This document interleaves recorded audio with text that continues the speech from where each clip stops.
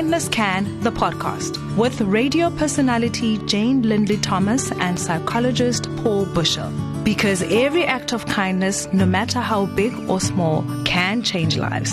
In this series, Jane and Paul hope to enrich your life by giving you practical tools on how to be kinder in your relationships with yourself, with those around you, at home, work, and in your community. Welcome to the Kindness Can podcast for this week from myself, Jane Lindley Thomas, and my darling dearest friend, psychologist Paul Bushell. Hello, my love. Hello, Jane. So nice to be connecting with all of you on this podcast. And I'm delighted to invite a very special guest to the show. I was cruising through Facebook and I made a wonderful suggestion of Hayley Nixon. And we go right back to our Rhodes days. And I was so damn chuffed and proud to see all the wonderful things that she has done since our time at Rhodes. She's gone on to become a biokineticist. She's also the world surfski champion. How's that? And more recently, she's become a mom. How's it, Hayley? Hello. Hello, Jane. How's it, my love? It's good to reconnect. It has been a long time. Let's not talk about when we left university, but certainly a lot's happened since then. Yeah, and by the looks of things, you've gone on to do some pretty radical stuff. Tell us what you've been up to. For sure. It's been busy. So 4 years of Rhodes was followed by about 7 years around Tux at University of Pretoria, doing some honours courses there and getting into biokinetics, as you said. I was pretty competitive in sports at Rhodes, and that carried on to Tux, where I sort of spent quite a few years training in rowing, actually, trying to make the Olympic team. And that didn't work out. And I moved back to Durbs and started surfski paddling and pretty much spent the next 5 years sort of racing hard, which ended up in becoming world champion, which was amazing and obviously filling a lot of dreams there, but it's been quite a roller coaster. Yeah, that's what I was going to say. I mean, looking at your list of accomplishments, and there are many, I'm sure we can agree that the accomplishment 5 months ago has filled your heart in a way that you just absolutely never thought was possible, the capacity that you can love a child. So Emma's almost 5 months old. How's that journey going? Yeah, so you're 100% right. I think you don't know that sort of endless love that you'll feel until they arrive. And then you don't know the endless fatigue that you will sustain once they are there. It's been hectic. People often say, what's it like? And there's this race called the Molokai Challenge, which is sort of known to be one of the hardest surfski races. It's between two islands. It's 50 kilometers long, whatever. And I often say, I reckon it's like doing 25 Molokais back to back is probably still not as hard as what this is. But it's so relative. Hey, it's not hard like you gritting your teeth and trying to like just get through it. It's just different challenges. And thankfully, as soon as they break a smile, suddenly all is forgiven and you wouldn't change it for the world. I suppose the first thought that jumps into my mind, Hayley, when you say that is kindness is definitely something that we are born with, and born with for a reason, because when you are doing the 25 times the hardest surf ski challenge in the world, and all you want to do is be like little baby, like why? They flash you a smile and everything feels better. And it's such a cool reminder to all of us that those simple, gentle acts of kindness that we're born with can completely change the situation. Yeah.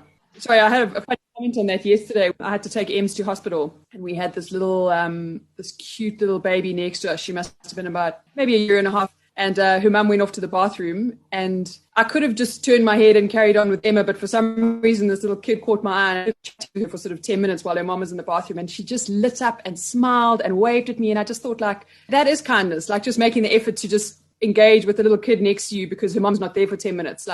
And I think it's only because I've become a mother that I thought, I've got to talk to this baby. Shame, look at her. And it was such a special experience. So yeah, it's the simple things. How would you say your training has equipped you for motherhood? Is there any similarity as far as kind of, for want of a better word, leaning into the discomfort that you can liken to being in the most grueling physical race type of environment? Yeah, definitely. I think I've often credited sport and training to like how you handle challenges in your life. I think you learn to be a little bit more disciplined. I think you learn to be more patient. I think through sport, you learn that like good things come through hard work, or at least through you consciously trying to get there. That life's not just easy. You don't just click your fingers and you have, X, Y, and Z in your lap. So certainly with Emma, my approach has been, patience. And I think that's helped a lot with just just being tough enough to kind of handle it and just thinking there's nothing that you can't get through, you know. Yeah, I think patience is such an important part of kindness. Okay, but in so many situations in our life and the world that we live in, patience seems harder and harder for a lot of people. And I suppose even in your work, in people's recoveries, in parenthood, we see this also during COVID, to sometimes find and access that patience can be tough. So for someone listening through your different experiences, how do we access that patience? How do we nurture that inside of us? Yeah, I think if you answer that in one sentence, you'll be a millionaire. But yeah, I guess it's also the team around you. Maybe it's being able to take a step back, you know, maybe have a little bit of support so that you don't feel like it's all on your shoulders, so that you can afford to be a little bit more patient. Because I know there's times when Paul's been away and I'm up with her 5 times a night and patience runs thin, you know, and like you said earlier, you want to put her down and say, just be reasonable. Like, what are you crying about?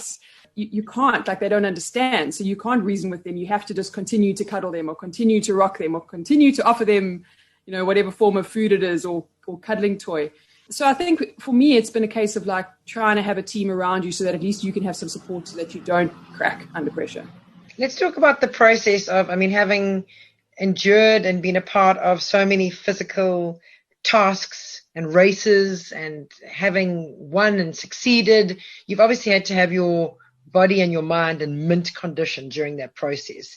So let's talk about, from woman to woman, how having come from like the mint condition and then having this beautiful round orb in front of you, and all of a sudden your body has changed shape. And how has the relationship with your body been?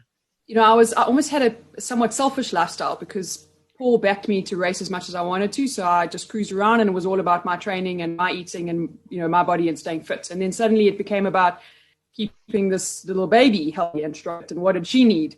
So that was tough for me to get my head around. But again, I think this innate like love, kindness, you know, service before self comes through you and you think, well, that's fine. I'll do whatever needs to happen for this baby to be okay. But it was a bit maybe juxtaposed with the pressure that was on me, because some people were still like, oh, well, you're only 20 weeks pregnant. Why aren't you still paddling? Oh, are you still running? Oh, do you know so-and-so ran until her baby fell out? And I'm like, oh, well, that's wonderful for so-and-so. But like, I was sort of trying to deal a little bit with pressure from outsiders, and it's like what you should and shouldn't do. But I just took it one day at a time, and I did what was best for Emma, but also for me. So for me, it was a little bit every day was important. I was aware of staying as active as I could, but I wasn't going to be this obsessive compulsive athlete who was still trying to have, you know, 5% body fat whilst being pregnant. I didn't think that was necessary. So for me, it was just a little bit every day and just trying to make sure that I was healthy enough to have a good pregnancy and to hopefully have a good birth. I was hoping to have a natural birth and then to still be strong enough when she was born, because I realized that was going to be very physically taxing. A phrase that I've been playing around with, and it kind of links between the patience part of our chat and this part, is, I want something in my life. Okay. I want to maintain my fitness. I want to stay connected to my sport, but at the same time, I also want something else more. And I've got to kind of get my head around that almost. And it sometimes takes patience with myself, kind of trying to balance those two things at the same time and trying to work out in this moment of my life, what is the thing that I need to prioritize, or I want more. It doesn't mean I don't want those other things still when I can't have them again, but prioritizing what I want more in this moment. Yeah, exactly. And that was really, really hard, because it's a case of, I still want to be an athlete. I still want to go to the next world champs. I still want to represent sponsors, but you can't do all of that and be pregnant and be a mom. Even the comeback afterwards, it's not as easy to necessarily have a comeback to being a professional athlete or a semi-professional athlete if you don't have the right support systems in place. So there was a lot constantly going through my head, but again, as you said first, this is what I chose. Like, we chose to start a family. We were lucky enough to fall pregnant. The rest of it had to be put aside. Like, you can't have your cake and eat it. You can't have it all. And at least in my case, believe it or not, I think we couldn't have fallen pregnant at a better time thanks to COVID. So, I haven't missed out on a lot of racing and things like that. So it might have been a lot harder if the whole world had been normal. So I guess I've got a lot to be grateful for in that regard. I'm also interested in mindset. And looking at, you're a blooming world champion. Dude, that's incredible. There are not many people I know that can walk around saying that they're a world champ. What goes through your mind when you are up against it? vying in second position, wanting to hit one or whatever that is, that kind of barrier to entry. What kind of thought process, what kind of space do you go into? Look, I think a lot of that conditioning happens before the race.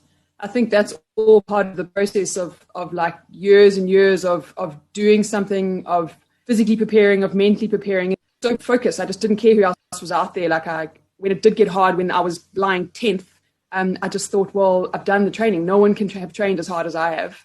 But yeah, I think a lot of that conditioning comes into planning. I suppose it becomes the evidence that backs up the thought that I deserve this, or the thought that I'm ready. When I've done the planning, me and my team have worked hard. They're with me.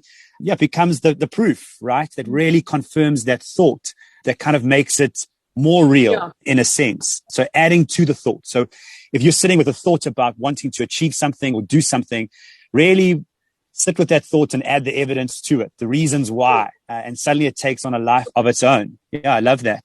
People often say like, and this is with anything, you're so lucky you did X, Y, and Z, or lucky you won. And then I think, well, maybe it's hard work that met opportunity. Like if you'd had that opportunity, but you hadn't done the hard work, you wouldn't have won or got lucky. And I think that's the mindset you need to change, is if you can line up having done the hard work, you've got the best chance of succeeding, as you've said.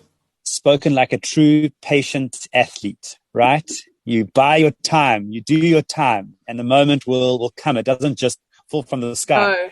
Well, I'd had gigantic setbacks. I mean, the 2012 Olympics, I thought I was in game, set, and match, and then I didn't get selected 3 months out. And I mean, that was after 10 years of telling myself I was doing this to go to the Olympics. So after 2012, I could have thrown the towel in, but I think that's what made me so strong come 2017, was I was like, all right, we're not going to let that happen again. You've been through this. This is how you get back on the horse, and this is how you do it again. So setbacks help. They do make you stronger. They do make you reassess.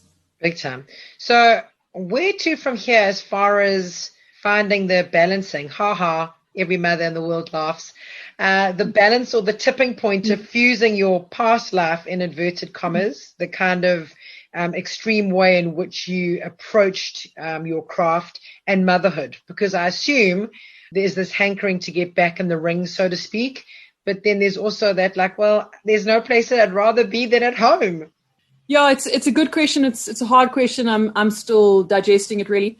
I desperately want to race. Whether I want to race for the top of the podium, I don't know. A huge part of me wants to give back now. I want to race with an up-and-coming junior who otherwise maybe wouldn't have lined up. Or I want to see development paddlers on the start line. And if it means I need to get in the front of the boat to take them through the course, that's cool. I think that's where all of this might be heading towards. Yeah. And certainly there's lots of races that lend themselves to family weekends, and it'll be awesome if Paul and Emma and I can all travel to an event, and I can go and I can coach some workshops and I can race. That would be fantastic. But I'm going to have to pick my battles wisely, so to say. If there's some really important races that I want to do, then I'll go and do them. But I feel like I'm moving towards a place of responsibility where I've got to try and give back and grow the sport now, and I can be valuable in that way. Yeah, I think for a mum, like, certainly for me, if I look at how my life has changed, I'm all about wanting to do legacy work. I'm all about wanting to do purpose and leave this world a better place for my kids than, when they arrive, kind of thing. And it does feel like a responsibility. And also just really just pushing through and believing that I can live in a life that I design, by my rules. Yeah. Because the application's been there. Now it's just kind of like standing in and just saying, okay, I'm going to lean into this now. Yeah, exactly. And we've had challenging times as females in our sports, and I've been a big part of trying to change that mindset between male and female. And it was quite ironic when we were pregnant. Everyone sort of baited me and said, oh, you're going to have a boy, you're going to have a girl. And then when we found out it was a girl, I said, well, thank goodness, because somebody else is going to burn their bra with me. Like, who I've been fighting for. So yeah, there's so much more other than just racing. And I keep telling myself, like, what will, so to say, winning another race do for you? And that's what I need to consider, because there could be just as much value to gain from doing other things to do with the sport. Yeah, embracing the seasons of our life, the seasons of our career, and how they are evolving. And of course, there can be some loss and disappointment about letting parts of them go, but there can also be a whole lot of excitement and gratitude and good work that comes with entering into different spaces in those careers. Well, you talk about kindness. It's hard to be at the top of your game all the time. And it often can be a lot of self-destruction to get there. You'll do anything to make sure you line up for that next race. So I think a part of this is also making sure I do things that'll make me happy, that'll keep me happy and healthy, and then obviously keep our family happy, because you don't need extra stress if you've got a crazy mother, trying to accomplish unmanageable goals, with a 5-month-old, and that's obviously personal to each independent family. Question I want to ask, and we always love asking this question in a sporting environment. Is there a standout moment for you that while competing, something kind happened? Maybe between yourself and another contestant or someone on the sideline? Do you have a story that comes to mind? I have a big story that comes to mind, and it involves me directly, but it was probably the greatest act of kindness and set up my entire career. As a race team sponsor from another country got hold of me and wanted me to go to this certain event, and I just said it was impossible. There's no ways I'd get there logistically. It was in Hawaii, as you do. It's a long story, and I won't go into all the details, but he basically said to me, "But you're the world champion. Like, it's ridiculous. Of course you must be there. Like, surely you deserve that." And I said, "Well, what do you want me to say? I can't. I can't afford it. It's not in my budget." He asked me a few other questions. One of them was, "Are you in good nick?" So I said, "Yeah, I'm training. I'm fit. I'm strong." And then he said, "I'll fly you there." And flying me there turned into flying Paul and I both there, a week, hotel, accommodation, flights, and entered the race as sort of his athlete, obviously, given the fact that he'd flown us there. And I said to Paul, "Jeepers, this is a big investment. This sponsor has paid for you and me to come to Hawaii as South Africans. That's a lot. I'm feeling a little bit of pressure." And I went on to win the race and break the race record. So it was amazing. And that was kindness, because he didn't have to care about me. I was some random South African. Fine, maybe I'd won the world champs the year before, but still, like, he did not have to do that. Yes, he had the resources to do it, but that set up my whole career. After winning that race, people suddenly listened to me and suddenly wanted me at events, and the next 2 years were just unbelievable. And I think a lot of that was to do with winning Molokai. So that was, for me, that was someone being incredibly kind to me. That was just mind-blowing. And as always, kindness is contagious, because if we listen to the story of your career and where you imagine it going, that kindness that he planted in you, I hear it in your voice when you say, "I want to go back and I want to help develop other athletes who might not have had opportunities, who might not logistically be able to get there." And I love that. Kindness lives in motion, and we all have a responsibility to keep it moving. Just that ripple effect, isn't it? I see what it did to me and what a small act of kindness can do to the next paddler. Or there's some up-and-coming juniors at the moment who, they just need a bit of nurturing. They need a bit of mentorship, maybe to not make the same mistakes that we did. And it's up to us as the senior athletes to try and give back to them. Otherwise, we don't benefit. Otherwise, what did we go through it for? Well, I have been so inspired by this conversation. I just love it. And from one mom to another, I just wish you all the best. Make sure that you kick that mother's guilt to the curb. And one of the most profound things that Paulie ever shared with me that changed my course for good is there is this misconception that there's no time for me when I'm a mom. And if I look at my life with 3 small children, I definitely fell into the trap of believing that spending time on self was indulgent, but realized through Paulie's amazing words that what I would be doing, in fact, was then role modeling for my kids, that I want them to grow up into adults that never make time for themselves. And that just set me free. It just set me free. I mean, don't get me wrong. I'm not sitting at the bar every night. But it's striking the balance of saying, you know what, this is my time. And there are no strings attached here. This is my time now. Yeah. And you do feel selfish thinking that you're also important. But I think we might have spoken about it earlier. But I think if you can't be happy or put yourself first, then you can't be a good example or a good mother anyway. So finding the balance between maybe not disappearing off all the time, but certainly keeping everyone's cup full. Absolutely. Yeah. Hayley, we wish you all the best of luck on your wonderful parenting journey with the very lucky little Emma. She sounds gorgeous and delightful. And we also wish you so much, and I know you spoke about luck earlier, so we wish you so much luck and patience and hard work in the next phase of your sporting career as well. You've made your country proud by the sounds of things, and we're so, so lucky to have you coming back to continue to grow that legacy in your sport. So thank you for all that you do. And it's been so nice to reconnect with you. Yeah. And I look forward to chatting soon. Yeah, thanks, Paul. Thanks, Jane. Thanks for having me. And thanks for what you two are doing. Thanks for sharing stories. Thanks for engaging with the community, giving back yourselves. It's unbelievable. So thank you very much. Oh, lots of love to you, my darling. Go well. Take care, everyone. Bye. Bye, Paulie. Love you. Love you, Jane, and we love all of you. If you want to find out more about the work that we do at Kindness Can, drop us an email at info@kindnesscan.co.za or check out our website, kindnesscan.co.za. Chat to you all soon. You've been listening to Kindness Can, the podcast. Find out more at kindnesscan.co.za.